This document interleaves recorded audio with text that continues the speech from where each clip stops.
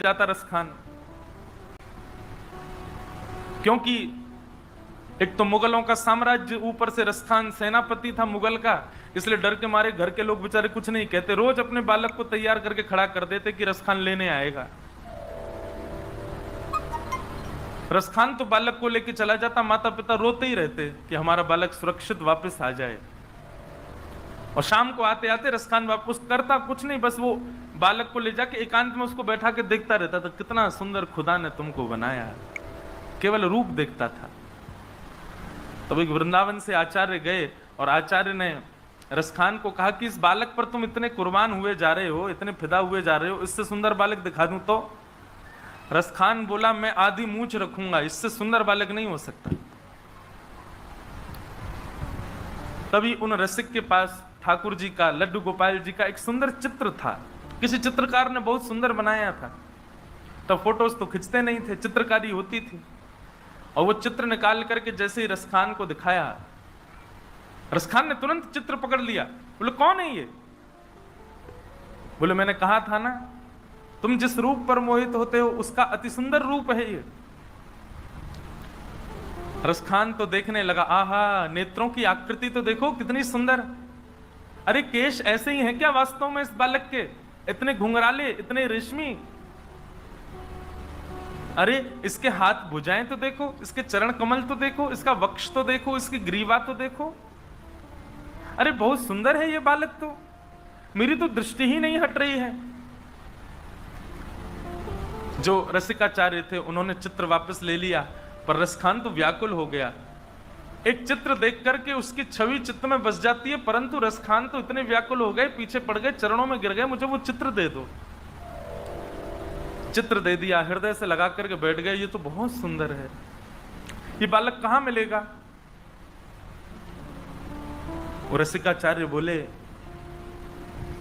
ये बालक वृंदावन में रहता है, इसके पिताजी नंद बाबा हैं, मैया यशोदा जी हैं, और ये वृंदावन में रहता है।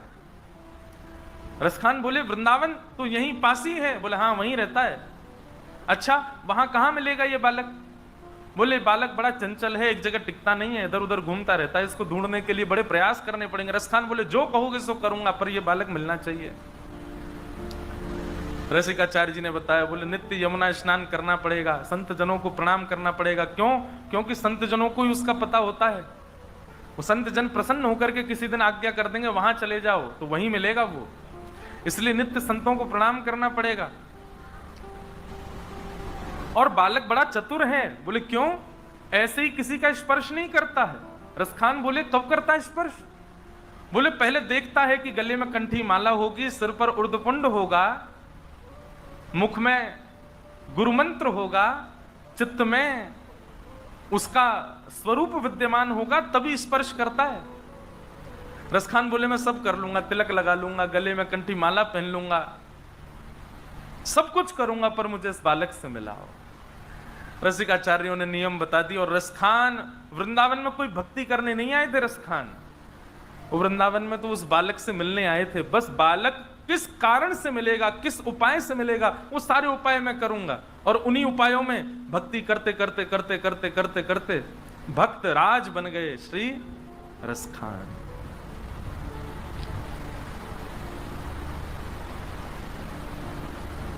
हाँ हाँ, अद्भुत है ठाकुर जी की लीला। सुनो दिल जानी मेरे दिल की कहानी, सुनो दिल जानी मेरे दिल की कहानी, तेरे हाथ हूँ बिकानी, तेरे हाथ हूँ बिकानी, बदनाम भी सहूंगी, सुनो दिल जानी मेरे दिल की कहानी, सुनो दिल जानी मेरे दिल की कहानी। अकबर की एक पत्नी हुई ताज बेगम। वो ताज बेगम ने जब पहली बार ठाकुर जी को देखा, ठाकुर जी को देख करके वापस चली गई, लेकिन उसको ज्वर चढ़ गया। अब तो 24 घंटा ठाकुर जी की याद में रोती रहती है।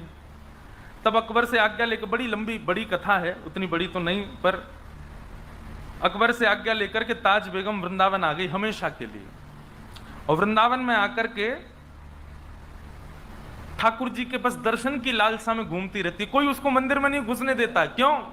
वो मुसलमान है, इसको कैसे जाने देंगे भीतर? पता नहीं किस भाव से आई है, किस कामना से आई है। दर दर भटकती और यही पद गाती थी। ये ताज बेगम का ही पद है। नंद के कुमार कुर्बान तेरी सूरत पे, वृंदावन छोड़ अब कहीं भी न जाऊंगी।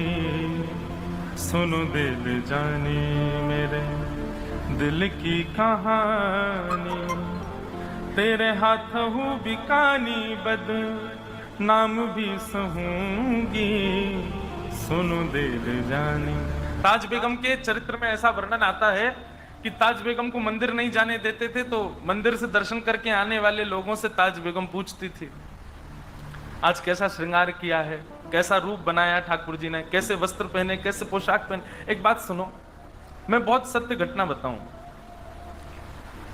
मंदिर में जाने से पहले 4-5 बातें सोच के जाया करो।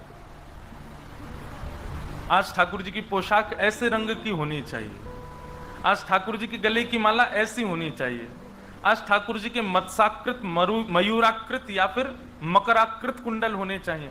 मत्स्याकृत मतलब हो गए मछली के आकार के, मयूराकृत हो गए मयूर के आकार के, और मकराकृत हो गए मगरमच्छ के आकार के।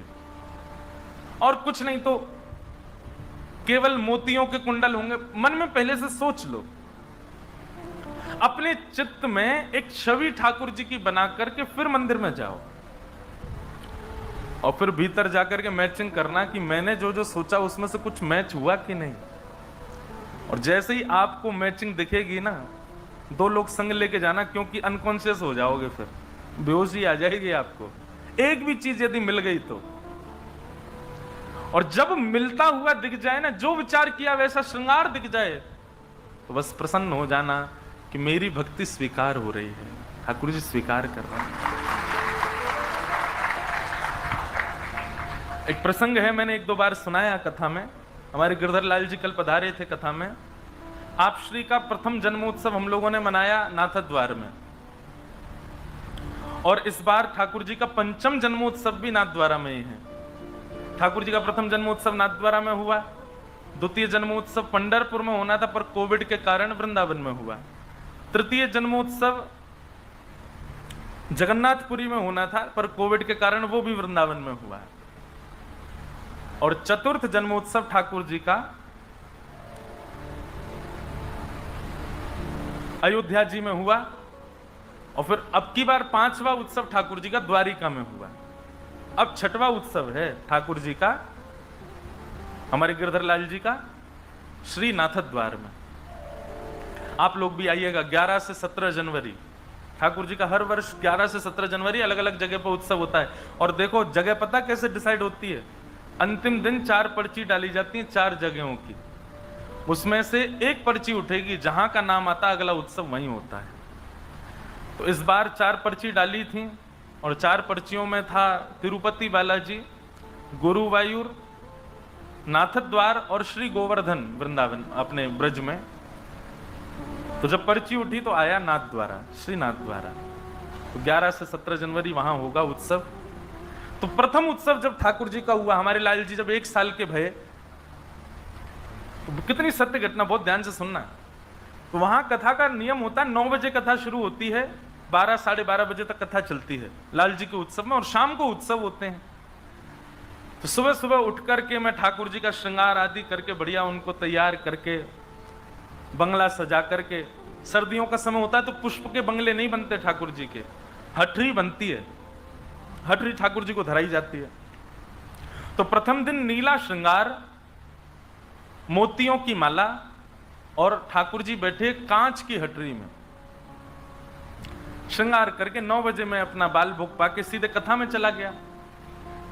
नाथद्वार में राजभोग ठाकुर जी का जो होता है वो 11:30-12 बजे होता है, और उसी समय विशेष श्रृंगार होता है श्रीनाथ जी का। तो एक बालक को मैंने सेवा दे रखी थी, मैं तो कथा में रहूंगा, तुम रोज श्रृंगार का दर्शन करके आना और मुझे बताना कि ठाकुर जी कैसा श्रृंगार कर रहे हैं। तो प्रथम दिन नीली पोशाक, मोतियों की माला और कांच की हटरी में श्री गिरधर लाल जी विराजे। कथा हुई। कथा के उपरांत में जैसी मंच से उतरने लगा तो वो बालक, उनका मैंने हाथ पकड़ा, मैंने कि तुम दर्शन करके आए? बोले हाँ, मंदिर का प्रसाद दिया। मैंने कहा कैसा श्रृंगार है आज श्रीनाथ जी का? बोले महाराज जी नीली पोशाक है, मोतियों की माला है, कांच की हटरी में श्रीनाथ जी विराज रहे हैं। अरे मैंने कि तुम गिरधर लाल जी का मत बताओ, ये बताओ श्रीनाथ जी का। बोले मैं श्रीनाथ जी का बता रहा हूं। मैंने कहा सच बताओ, श्रीनाथ जी का श्रृंगार? बोले हाँ। तो प्रथम दिन इतना आनंद हुआ, लेकिन वहां नियम है कि राजभोग के बाद फिर हटरी आदि जो है वो बढ़ा देते हैं, तो शाम के दर्शन में दर्शन नहीं होता। मैं शाम को जाता था, तब ठाकुर जी सहज भाव से मिलते थे। मैंने कहा लाल जी बड़ी कृपा करी, आज तो आपने हमारी सेवा स्वीकार कर ली है। दूसरे दिन मैंने ठाकुर जी का, श्री गिरधर लाल जी का श्रृंगार भया और हमने घटा का श्रृंगार किया। घटा का श्रृंगार कैसा होता है? पिछवाई भी उसी रंग की, पाग भी उसी रंग की, पोशाक भी उसी रंग की, मुजरी भी उसी रंग की, मसनद भी उसी रंग की, चौकी का जो नीचे की ठाकुर जी की गद्दी होती है वो भी उसी रंग की, नीचे खंड सब एक ही रंग होगा ऊपर से नीचे तक। केवल ये सांवला सांवला दिखेगा, बाकी कुछ नहीं दिखेगा। उसको घटा का श्रृंगार कहते हैं। तो हमने बैगनी घटा का श्रृंगार किया श्री गिरधर लाल जी का, पूरी सब घटा बैगनी बैगनी बैग, सब जगह बैगनी। बोले तो थोड़ा पर्पल टाइप का घटा थी। श्रृंगार करके मैं चला गया कथा करने। कथा करके मुझे लगा एक दिन मैच हो गया। दूसरे दिन जब उतर करके गए तो हमने उससे पूछा, मैंने हाँ भाई आज श्री ठाकुर जी का श्रृंगार कैसा? अच्छा, वो गिरधर लाल जी का दर्शन बाद में करता था, मैं लाल जी श्रीनाथ जी का दर्शन बाद में करता था। उसको भी नहीं पता होता था किसी गिरधर लाल जी का श्रृंगार कैसा। मैंने पूछा, मैंने कहा आज कैसा श्रृंगार श्रीनाथ जी का? बोले महाराज जी आज तो बैगनी घटा है पूरी। और उसने जब बैगनी घटा बोली, आप विश्वास नहीं मानेंगे, मेरे हाथ पांव कांपने लगे। मैंने कहा सच में बैगनी घटा है? बोले हाँ। अब तो नेत्रों में सजलता होने लगी, मानो ऐसा लगने लगा कि अब कोई बात ना करे मुझसे, मैं एकांत में थोड़ी देर रहूं। वो एक अलग प्रकार का आनंद है, नेत्रों से आंसू भी निकल रहे हैं, कुछ बोलने की इच्छा भी हो रही है, पर मौन रहने का मन भी हो रहा है, और एक अजीब सी घबराहट हो रही है, लेकिन प्रसन्नता भी। वो वर्णन नहीं कर सकता मैं उस स्थिति का। तीसरा दिन, अब मुझे लग रहा था कि ये तो रोज मिलता है कुछ ना कुछ, पर आज मैं ऐसा श्रृंगार करूंगा कि कुछ मिलेगा ही नहीं। तो हमने ठाकुर जी को मल्टी कलर ड्रेस पहनाई, बहुत सारे कलर मिक्स उसमें। तो उसमें लाल, पीले, हरे, गुलाबी, बैगनी सबकी ठाकुर जी को बढ़िया बाघा धराया, उसी का श्रृंगार किया। पीछे की घटा भी ऐसी बना दी, सारा श्रृंगार कर दिया। श्रृंगार करने के बाद श्रृंगार पूर्ण हो गया, तब मैंने कहा कुछ और बढ़ा दूं कि आज देखूं कि मैच होगा कि नहीं। तो हमने असमय में, मतलब कोई नियम नहीं था, श्री गिरधर लाल जी को सेहरा पहना दिया, दुल्हा बना दिए श्री लाल जी अपने। और कथा करने गए। अब कथा में मन मेरा कम लगे कब पूरी हो, मैं उससे पूछूं आज कैसा श्रृंगार।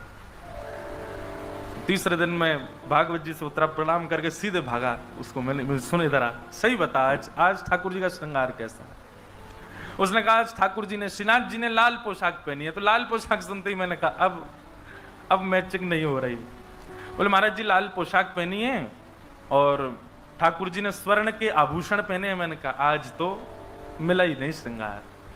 ठाकुर जी ने कानों में मयूराकृत कुंडल पहने हैं और आज ठाकुर जी ने लाल पाग और उस पर सेहरा पहना है। अब जैसे ही उसने कहीं सेहरा पहना है, मैं कम से कम 10 मिनट तो बिना संगीत के नाचा। अब वो क्या हो गया? मैंने कि बस अब जो हुआ मैं जानूं या वो जाने, मोहन से दिल क्यों लगाया है, ये मैं जानूं या वो जाने। तब से मेरा ये नियम है, मैं कहीं भी जाता हूं ना, थोड़ा कुछ तो सोच के जाता हूं पहले से। लेकिन इसमें एक बात है, आपके दर्शन की उत्सुकता इतनी बढ़ जाएगी क्योंकि आप पहले विचार कर चुके हो कि ऐसा कुछ श्रृंगार होगा।